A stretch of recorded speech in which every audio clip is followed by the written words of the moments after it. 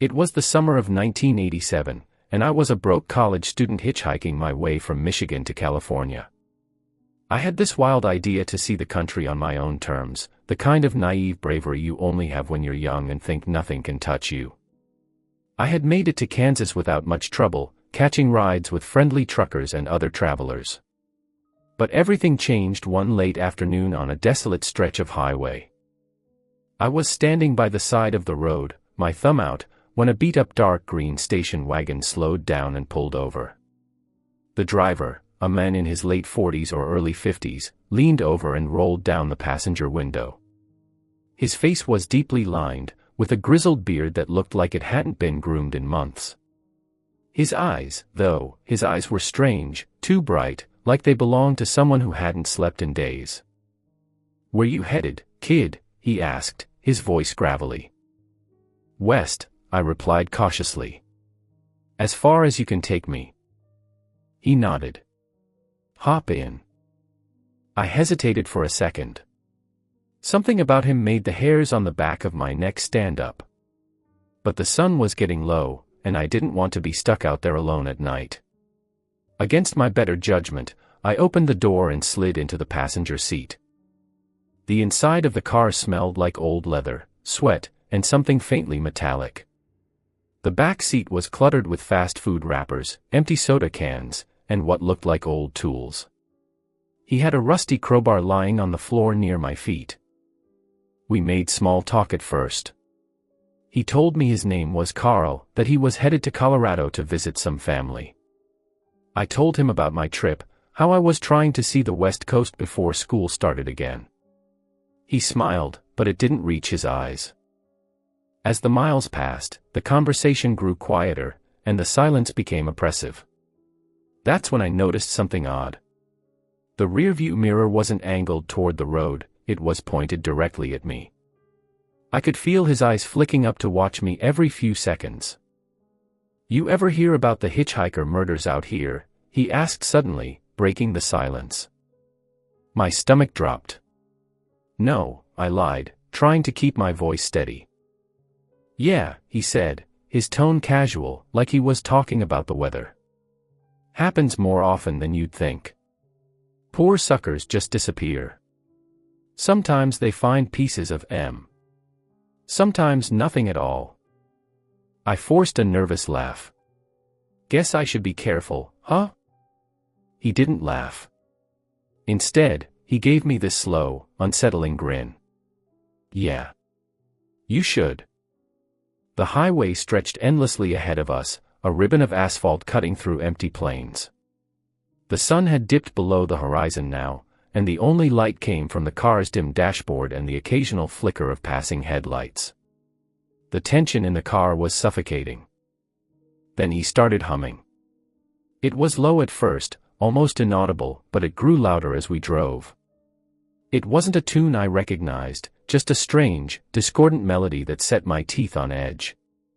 I tried to act normal, staring out the window like I wasn't utterly terrified, but my mind was racing. I needed to get out of that car. "Hey, you mind if we pull over soon?" I asked, forcing a smile. I could use a bathroom break. He didn't respond right away, just kept humming that eerie tune. Finally, he nodded. "Sure thing. There's a rest stop a few miles up." Relief washed over me, but it was short-lived. A few minutes later, he veered off the main highway onto a smaller, unlit road. "This doesn't look like a rest stop," I said, my voice trembling despite my best efforts. "Shortcut," he replied flatly. His cheerful tone was gone, replaced with something cold and mechanical. My heart was pounding now, my pulse thundering in my ears. I glanced at the crowbar by my feet, wondering if I could grab it without him noticing. Before I could make a move, the car slowed to a stop in the middle of nowhere. The engine idled as he turned to me, his face partially obscured in shadow. "You ever seen something unnatural?" he asked, his voice low and almost hypnotic. "What are you talking about?" I stammered. He leaned closer, his bright eyes boring into mine. "Out here in the dark, you'd be surprised what you can find." Or what finds you? I fumbled with the door handle, my fingers shaking so badly I could barely grip it. I think I'll walk from here. Thanks for the ride. He didn't try to stop me. Instead, he sat back in his seat and smiled that unnerving smile again. Suit yourself. But be careful, kid. The night's full of hungry things. I bolted out of the car and slammed the door behind me. The moment my feet hit the ground, I took off running, not even bothering to look back. The road was pitch black, the only sound my ragged breathing and the crunch of gravel under my sneakers. I kept expecting to hear the car door open, to feel his hand grab me from behind, but it never happened. Eventually, I saw headlights in the distance, a truck approaching from the opposite direction. I waved my arms frantically, screaming for help. The truck slowed to a stop, and the driver, a burly man in a baseball cap, leaned out the window. "You okay, kid?" he asked.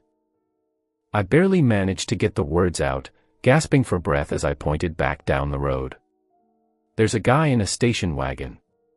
He's not right." The trucker's expression darkened. "Get in." He drove me to the nearest town, where I called the police and told them everything. They promised to send someone to look for the car, but I never heard back. I don't know if they found him, if they even tried. To this day, I don't know what Carl's intentions were, but I'm sure of one thing: if I hadn't gotten out of that car when I did, I wouldn't be here to tell this story. I can still hear his humming sometimes when I'm alone at night, that haunting, discordant tune. And every so often, I dream about his face, those two bright eyes watching me in the mirror. It happened 5 years ago, but I can still feel the cold sweat on my back every time I think about it. I was driving home from a late shift at work. It was close to midnight, and the stretch of highway I was on was empty, just miles of asphalt cutting through endless woods.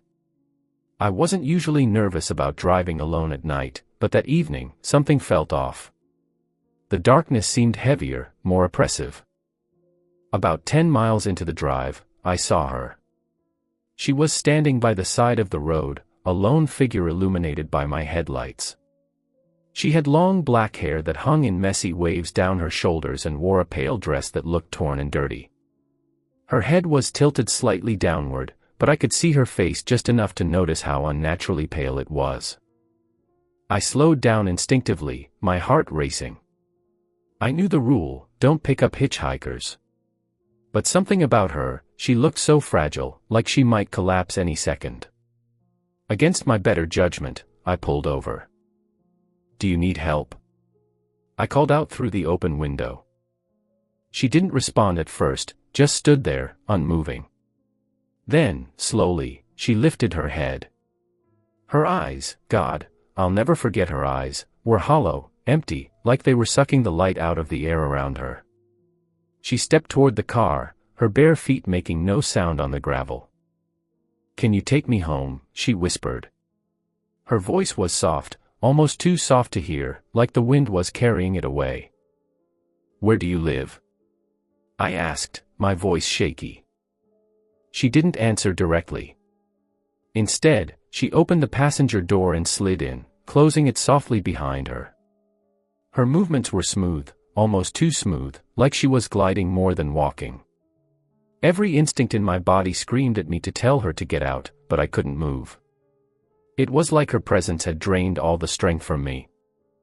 I started driving again, unsure what else to do. The air inside the car grew colder with every passing minute, the kind of chill that seeps into your bones.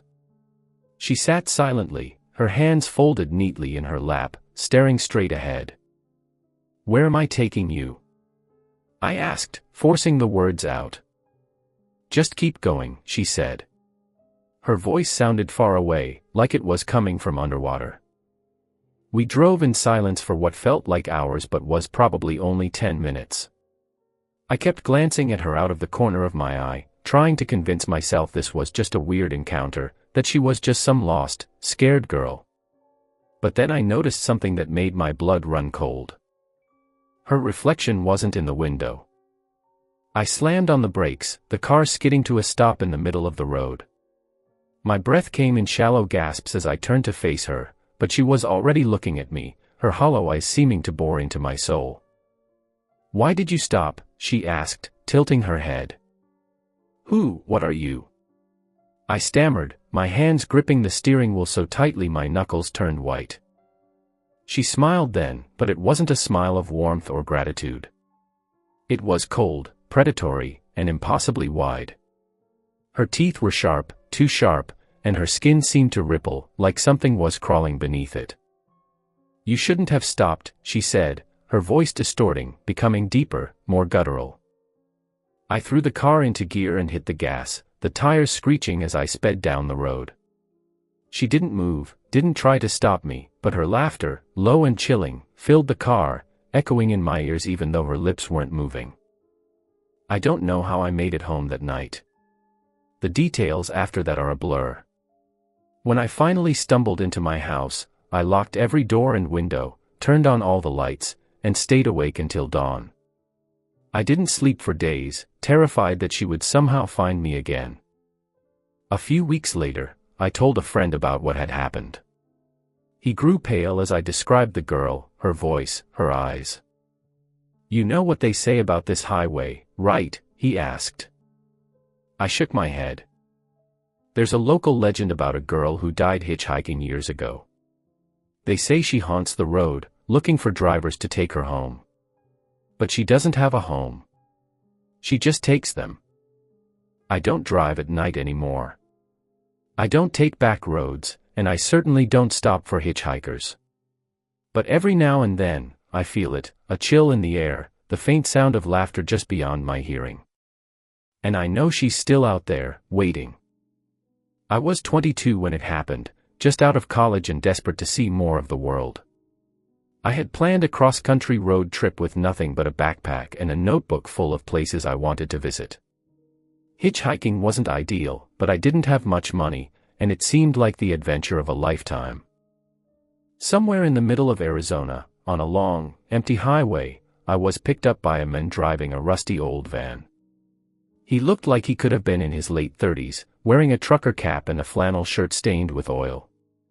His smile was friendly enough, though it didn't quite reach his eyes. "Where you headed?" he asked as I climbed into the passenger seat. "West," I said. "As far as you're going." He nodded. "Got room for one more." The van smelled faintly of gasoline and mildew, and the floor was littered with crumpled receipts and food wrappers. The men didn't talk much, which I didn't mind. I leaned back, trying to ignore the gnawing feeling in my gut that something wasn't right. After an hour or so, he finally broke the silence. "You believe in ghosts?" I blinked, caught off guard by the question. "I don't know," I said, trying to sound casual. "Why?" He smirked, but it wasn't a comforting expression. "This highway's got a reputation. People disappear out here. Some say it's the desert. Others say it's something else." "Something else?" I asked, my throat tightening. He shrugged. "Spirits. Demons. The kind of things that don't leave tracks." I laughed nervously, unsure if he was messing with me. "That's just stories to scare people, right?" His smile faded, and his eyes flicked to the rearview mirror. "Sometimes, stories come from somewhere real." I followed his gaze, but there was nothing behind us except the empty road. Still, a chill ran down my spine. The conversation died after that, but the air inside the van grew heavier. The sun was setting, casting long shadows across the desert, and I noticed he kept glancing in the mirrors, his hands gripping the wheel tighter than before. "Something wrong?" I asked. "We're not alone," he muttered, barely audible. I turned to look out the back window, my heart pounding. The highway was still deserted. "I don't see anything." "You don't have to see it to feel it," he replied. That's when I heard it, a faint tapping sound, like knuckles rapping on glass. It was coming from the back of the van. My stomach dropped. "What the hell was that?" I whispered. He didn't answer. Instead, he pressed harder on the gas, the van lurching forward as the engine roared. The tapping grew louder, more insistent, and now it was coming from all sides, as if invisible hands were pounding on the vehicle. "Just don't look," he barked, his voice sharp with panic. "No matter what you hear, no matter what you feel, don't look." I wanted to scream, to demand answers, but the terror in his voice stopped me. The van swerved slightly, and I gripped the seat, my eyes fixed straight ahead. The tapping turned into scratching, like claws raking against metal. I could hear whispers now, low and indistinct, as if a crowd of people were murmuring just outside the windows. The man started muttering under his breath, a prayer or a chant, I couldn't tell which. My chest tightened as the air inside the van grew freezing cold, my breath visible in the dim light. The shadows outside seemed to move, writhing and twisting like living things. Then, just as suddenly as it started, the noise stopped. The van's interior was deathly silent except for the sound of the tires on the pavement and the man's heavy breathing. "Are they gone?" I asked, my voice trembling. "For now," he said, his eyes still darting to the mirrors. "They only come out at night. And they never stop hunting." "What are they?" I demanded. He shook his head. "I don't know. But once you've seen them, once they've seen you, they don't let go." We didn't speak for the rest of the drive. When he finally dropped me off at a gas station near a small town, I felt like I'd escaped something far worse than a bad ride. He handed me a flashlight before I got out, his expression grim. "Stick to the light," he said. "And don't look back." I never saw him again, but I've carried his words with me ever since. I stopped hitchhiking after that, too scared of what might be waiting for me on the road. But sometimes, late at night, I still hear it, the faint sound of tapping on glass. I don't dare look back. It was my sophomore year of college, and I was driving home for winter break. My parents lived in a small town in the middle of Nebraska, and the trip required cutting through miles of barren, snow-covered countryside. It was one of those nights where the sky was pitch black, the stars obscured by thick clouds, the kind of night where you feel like the whole world is holding its breath. I had been driving for hours, the snow falling heavier with each mile. My car's heater was barely keeping up, and I could feel the cold seeping in through the windows. The highway was eerily empty, and the only sound was the crunch of my tires on the snow-packed road. That's when I saw him. A man was standing on the side of the road, his hand raised in a hitchhiker's gesture. He wasn't wearing a coat, just a thin button-up shirt and jeans, despite the freezing temperatures. His face was pale, and his eyes were wide and desperate. I'm not the kind of person who usually picks up hitchhikers, but something about him felt wrong, like he shouldn't have been there. Still, the thought of leaving someone out in that weather didn't sit right with me. Against my better judgment, I slowed down and rolled down the passenger window. "You need a ride?" I asked. He nodded frantically. "Yes, please. Thank you." His voice was shaky, but not from the cold. It was more like fear. He climbed into the passenger seat, shivering violently, and shut the door behind him. "Where are you headed?" I asked as I started driving again. "Anywhere." "Away from here," he muttered, glancing nervously out the back window. I frowned. "You okay?" He didn't answer right away, just kept staring out the window. Finally, he said, "You shouldn't have stopped." A chill ran down my spine. "Why not?" "They're following me," he said, his voice barely above a whisper. "They're always following me." I glanced in the rearview mirror, but the road behind us was empty. "There's no one there," I said, trying to keep my voice steady. "You can't see them," he replied. "Not yet." The way he said it, calm, resigned, made my skin crawl. I considered pulling over and telling him to get out, but something in his tone made me think he wasn't lying. We drove in silence for a while, the tension in the car thick enough to cut with a knife.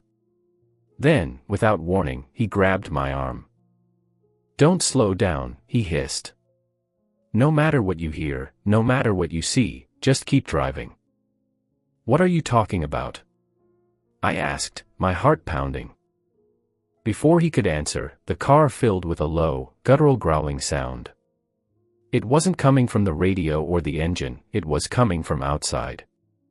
The hitchhiker's face went pale, and he pressed himself against the door, his eyes wide with terror. "They found me," he whispered. I looked out the side mirror and saw movement, shadowy figures darting through the snow, impossibly fast. They were humanoid, but their limbs were too long, their movements jerky and unnatural.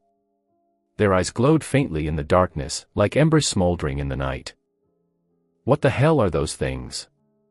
I shouted, gripping the steering wheel tightly. "They're not human," he said. "And they don't stop until they get what they want." The growling grew louder, more guttural, and the car suddenly jerked as if something had slammed into the side of it.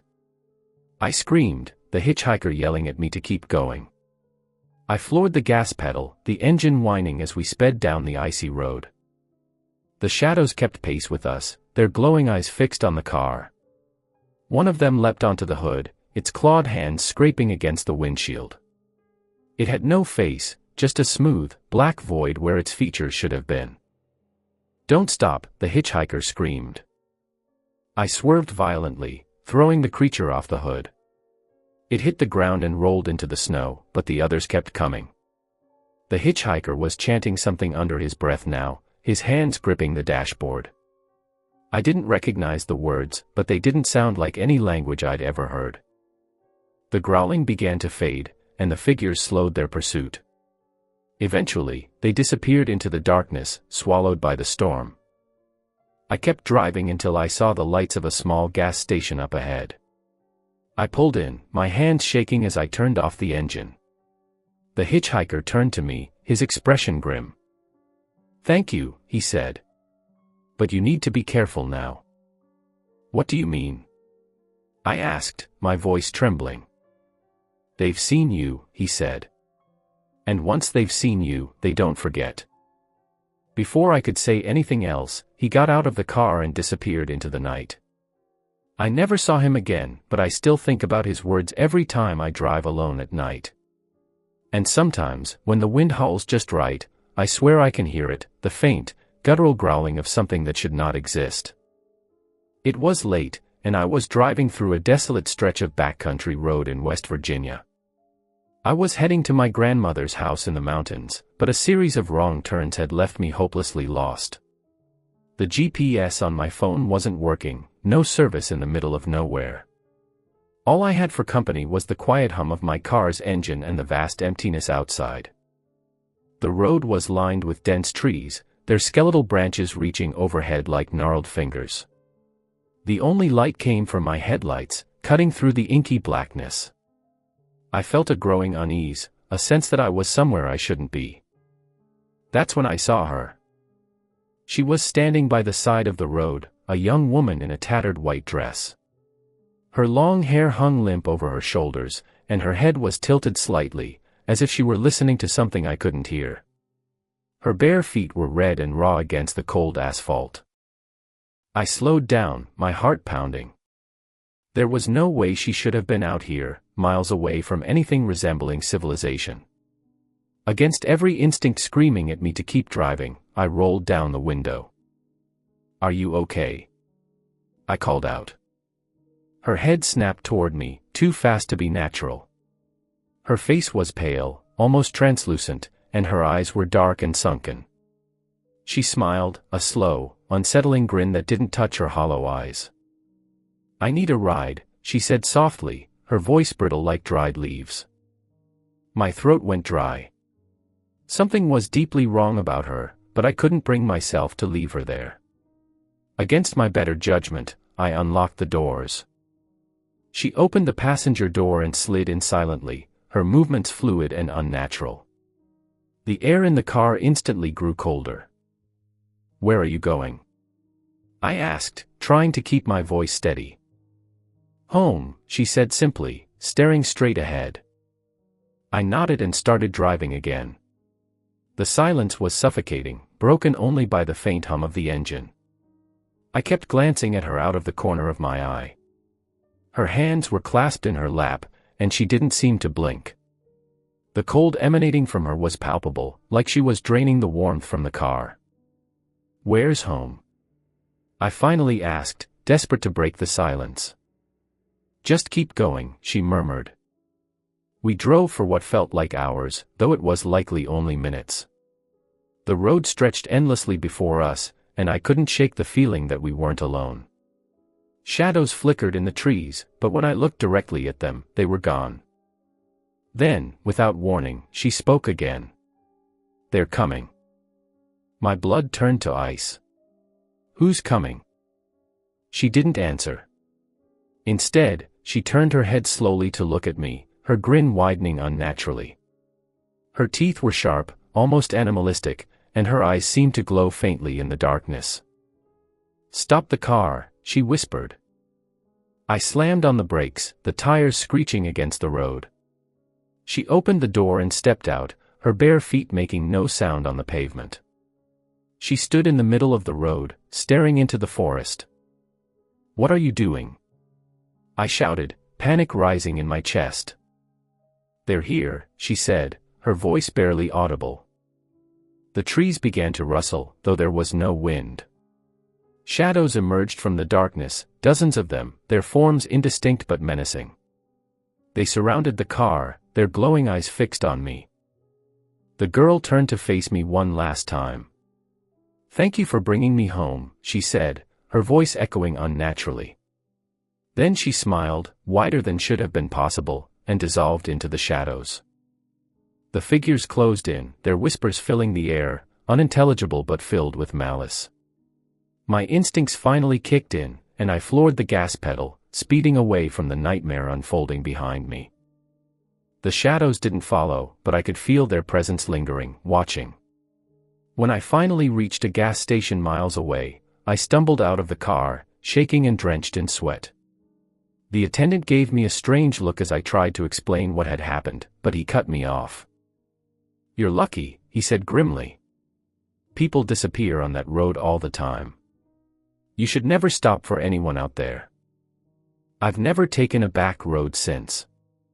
And even now, years later, I sometimes wake up in the middle of the night, certain I can hear whispers outside my window. It was supposed to be a quick drive home from a friend's house. I'd taken this route 100 times before, a quiet 2-lane road that cut through the woods outside my small town. But that night, the air felt heavy, and the darkness seemed to press against my car like it had weight. I'd been driving for about 20 minutes when I saw him. A man was walking along the shoulder of the road, his head down and his hands stuffed into the pockets of a tattered jacket. His gait was uneven, almost like he was limping. I slowed down as I approached, unsure whether to stop. He turned his head toward my car, and the sight of his face made me shiver. His features were gaunt, almost skeletal, and his eyes were so dark they seemed to absorb the light. He raised one hand in a slow wave, a smile spreading across his face, but it wasn't a friendly smile. It was wrong. I kept driving, my hands gripping the steering wheel so tightly my knuckles turned white. I glanced in the rearview mirror, expecting to see the man receding into the distance, but he wasn't there. The stretch of road behind me was completely empty. A chill ran down my spine. I couldn't have imagined him, I'd seen him clear as day. My heartbeat quickened as I tried to convince myself there was a logical explanation. Maybe he ducked into the woods. Maybe I just missed him. The road twisted and turned, the trees casting long shadows across the pavement. I turned on the radio to fill the silence, but all I got was static. Frustrated, I turned it off. That's when I heard it, a faint tapping sound, like someone drumming their fingers against the back of my car. I froze, my blood turning to ice. The tapping grew louder, more insistent. I didn't dare look in the rearview mirror, my mind racing, conjuring every horror story I'd ever heard about people hiding in the back seats of cars. But when I finally mustered the courage to glance over my shoulder, there was nothing there, just the empty back seat. I laughed nervously, trying to shake the fear. "Just your imagination," I muttered to myself. But then the tapping moved. It wasn't coming from inside the car anymore, it was coming from the roof. My breath caught in my throat as the sound grew louder, turning into a heavy thudding, like footsteps pacing back and forth. The car swerved slightly as I tried to keep control, my hands slick with sweat. I pressed down on the gas, desperate to get away from whatever was up there. The thudding stopped abruptly, leaving only the sound of my tires on the pavement. For a moment, I thought it was over. Then a voice, low and raspy, whispered from the back seat, "You should have stopped." I screamed, nearly losing control of the car. The voice was close, too close, as if someone were leaning right behind me. My eyes darted to the rearview mirror, but the back seat was still empty. "Stop the car," the voice hissed. "No," I shouted, my voice shaking. The temperature inside the car plummeted, my breath fogging up the windows. The whispering grew louder, overlapping into a cacophony of unintelligible words. Shadows danced in the corners of my vision, twisting and writhing like smoke. Ahead, the road seemed to stretch on forever, the trees closing in like a tunnel. My headlights flickered, plunging me into brief moments of complete darkness. In those moments, I could see them, figures standing just beyond the trees, their eyes glowing faintly in the dark. They were watching me, waiting. The whispers stopped suddenly, replaced by a deafening silence. I gripped the wheel, my heart pounding so hard it felt like it would burst out of my chest. Then, as if the night itself had exhaled, a figure stepped into the road ahead of me. It was the man from earlier. I slammed on the brakes, the car skidding on the slick pavement. The man didn't move, didn't flinch, even as the car came to a screeching halt inches from him. He stood there, his head tilted, and that same unsettling smile on his face. I didn't wait to see what he would do. I threw the car into reverse, tires spinning as I backed away. But when I looked in the rearview mirror, he was there too, standing in the middle of the road behind me, his dark eyes staring straight into mine. "No," I whispered, shaking my head. The man raised his hand slowly, pointing at me. His mouth moved, though I couldn't hear the words. Then he vanished, dissolving into the darkness like smoke. I didn't stop driving until I reached my house. When I stumbled inside, locking the door behind me, I finally let myself collapse. My heart was still racing, and my hands wouldn't stop shaking. The next morning, I told my neighbor about what had happened. Her face went pale as I described the man. "You saw him," she said, her voice barely above a whisper. "Who?" I asked. She hesitated before answering. "The Watcher. People say he haunts that road. He appears to lost travelers, but if you stop, you'll never leave. I've never driven that road again. And even now, I avoid looking at the rearview mirror for too long, afraid of what I might see." It was a cold October night, and I was driving home from a work trip through a long stretch of rural Kentucky.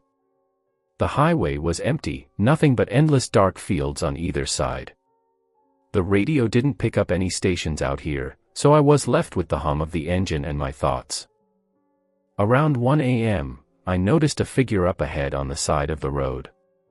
At first, I thought it was a deer, but as I got closer, I realized it was a woman.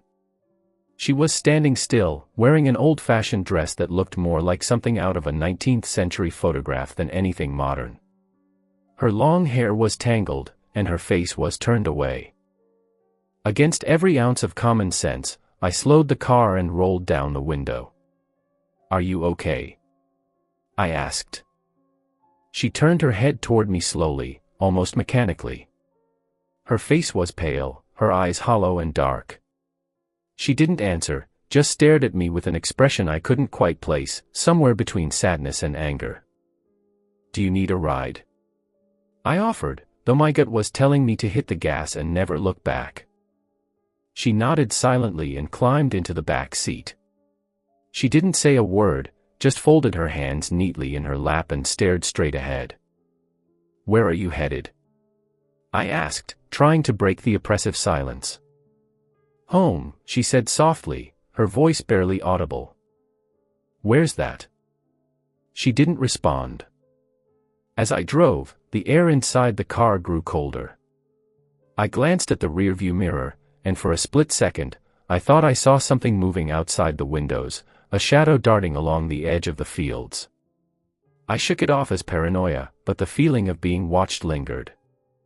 The woman didn't move or speak for the next few miles.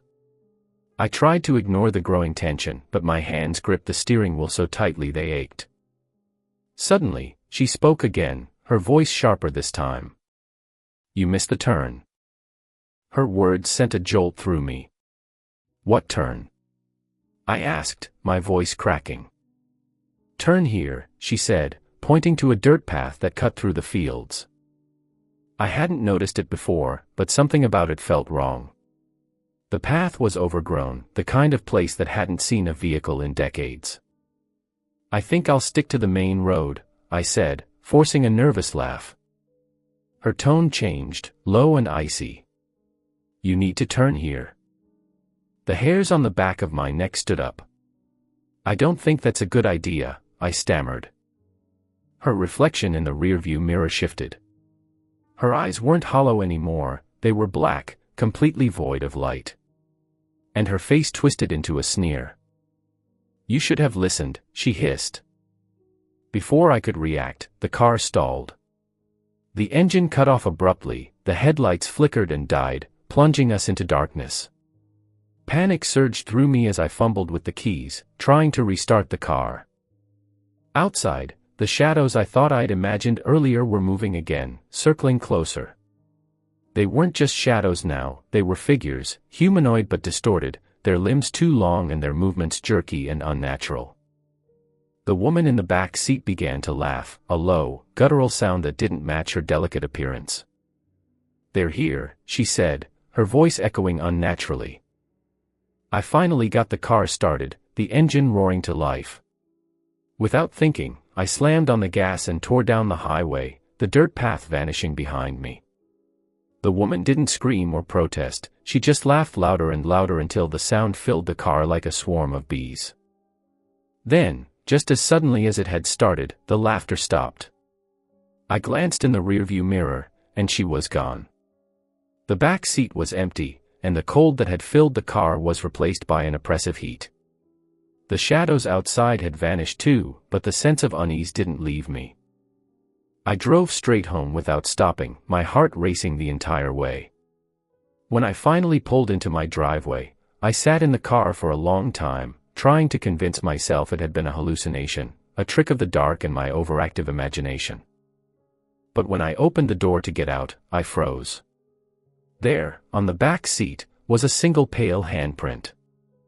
It was the summer of 2003, and I was fresh out of high school, eager to take a solo road trip across the Midwest before starting college. My parents weren't thrilled about the idea, but I convinced them I'd be fine. I planned my route carefully, sticking to well-traveled highways and small towns. One evening, as the sun dipped below the horizon, I found myself on a lonely stretch of road cutting through the Kansas plains. The golden light faded quickly, leaving nothing but the soft hum of my engine and the occasional rustle of wind through the tall grass. That's when I saw the car. It was an old, beat-up station wagon parked on the shoulder with its hazard lights flashing. A man stood next to it, waving me down.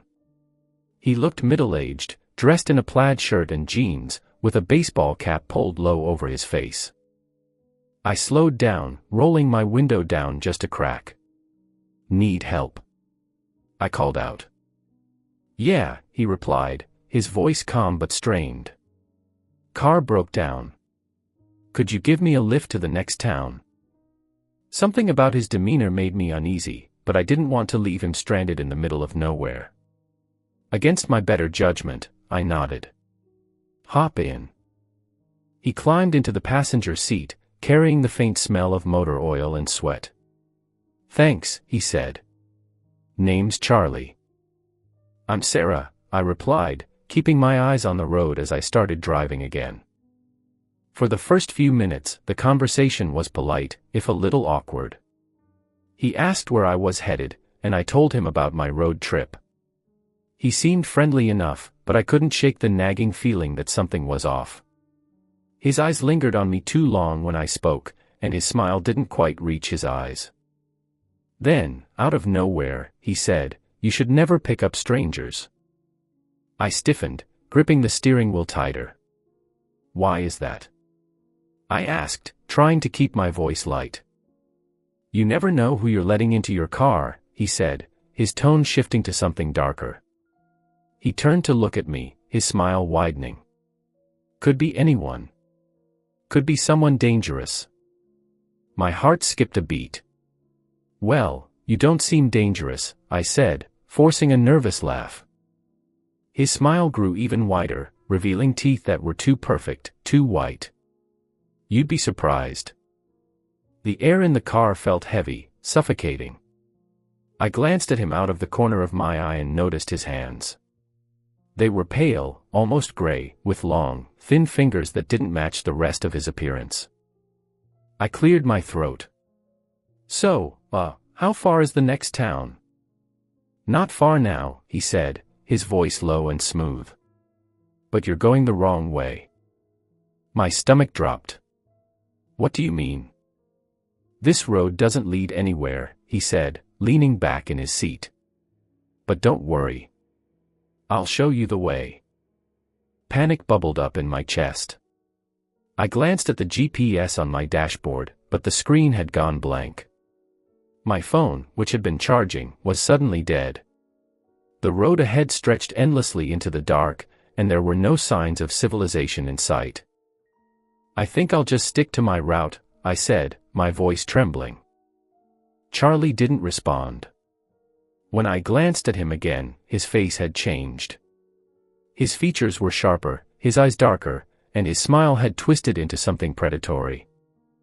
The temperature in the car dropped sharply, and the radio crackled to life, though I hadn't touched it. A distorted voice came through, whispering words I couldn't understand. The shadows outside the car seemed to move, closing in on the vehicle like living things. "Stop the car," Charlie said, his voice echoing unnaturally. "No," I whispered, pressing down on the gas. "Stop the car, Sarah," he repeated, his tone cold and commanding. His hand shot out, gripping my arm with an unnatural strength. His touch burned like ice, sending searing pain up my arm.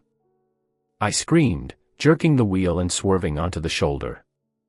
The car skidded to a halt, and when I turned to face him, he was gone. The passenger seat was empty, the door still closed.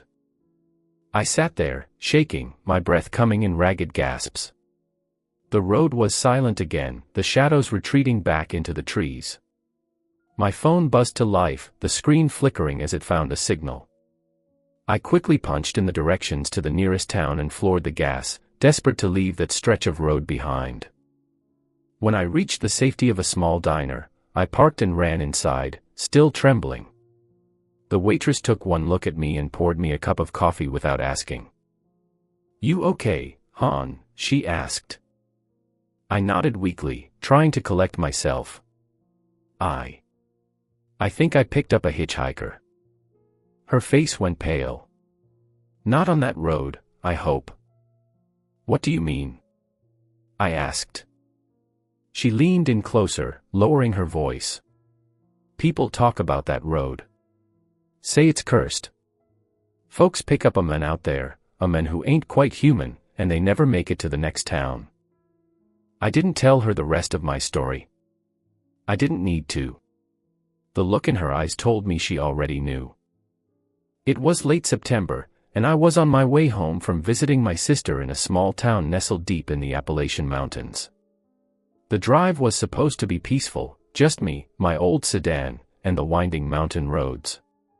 The sun had set hours ago, leaving me alone with nothing but my headlights piercing the thick, moonless darkness. The road was quiet, the kind of quiet that makes your ears ring. I hadn't seen another car in over an hour, and the only sounds were the hum of my engine and the faint rustling of leaves in the cool night air. That's when I saw the man. He was standing at the edge of the road, one hand raised in a silent plea for help. He looked to be in his 40s, wearing a flannel shirt and jeans that were torn and dirty. His face was obscured by a shadow cast by my headlights, but I could see enough to tell he'd been through something rough. My first instinct was to keep driving. I'd heard the stories, the warnings about picking up strangers. But something about the way he stood there, hunched and defeated, made me press the brakes. I rolled down the window just enough to speak. "You okay?" I asked, my voice trembling slightly. He stepped closer, and I caught a better look at his face. His eyes were sunken, his skin pale and clammy. "Car broke down," he said, his voice rough and barely audible. "Need a ride to the next town." I hesitated. Every rational thought screamed at me to keep driving, but the sight of him shivering in the cold tugged at my conscience. Against my better judgment, I unlocked the door. "Hop in," I said. He slid into the passenger seat, clutching a small bag close to his chest. The air in the car immediately felt colder, and I noticed a faint sour smell, like damp earth and decay. I tried not to react, focusing on the road ahead. "Where are you headed?" I asked, trying to break the awkward silence. "Just down the road," he murmured. "Won't take long." I nodded and kept driving, glancing at him out of the corner of my eye. He sat rigidly, staring straight ahead. His hands trembled slightly as they clutched the bag, and I couldn't help but notice the dirt caked under his nails. The silence stretched on, broken only by the occasional bump of the tires against the uneven pavement. Then, out of nowhere, he said, "You shouldn't have stopped." My heart skipped a beat. "What do you mean?" I asked, forcing a nervous laugh. He turned to me, his eyes dark and hollow.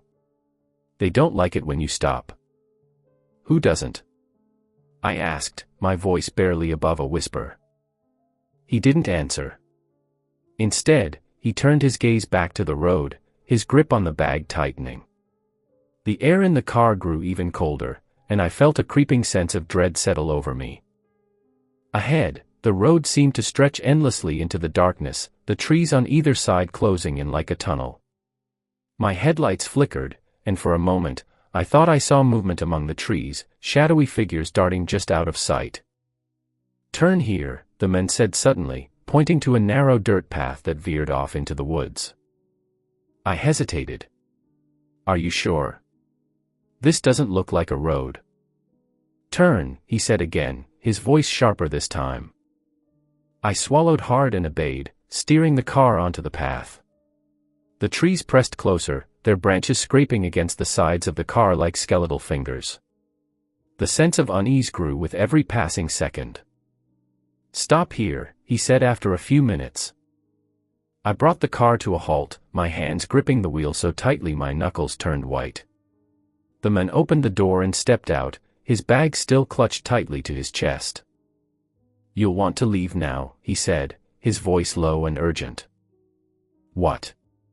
I asked, my heart racing. "Aren't you?"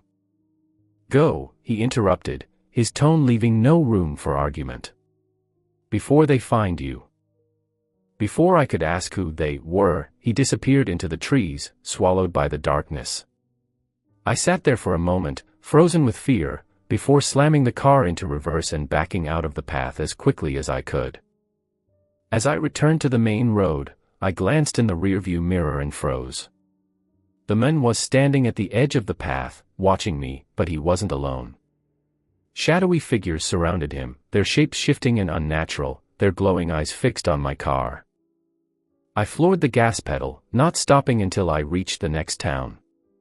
When I pulled into a gas station, I ran inside, shaking and breathless. The attendant took one look at me and frowned. "You okay?" he asked. I nodded, though I was far from okay. "Picked up a hitchhiker," I said, my voice trembling. "He told me to leave. Said they were coming." The attendant's face went pale. "You didn't stop on Hollow Road, did you?" I stared at him, my blood running cold. "I don't know." Maybe. Why?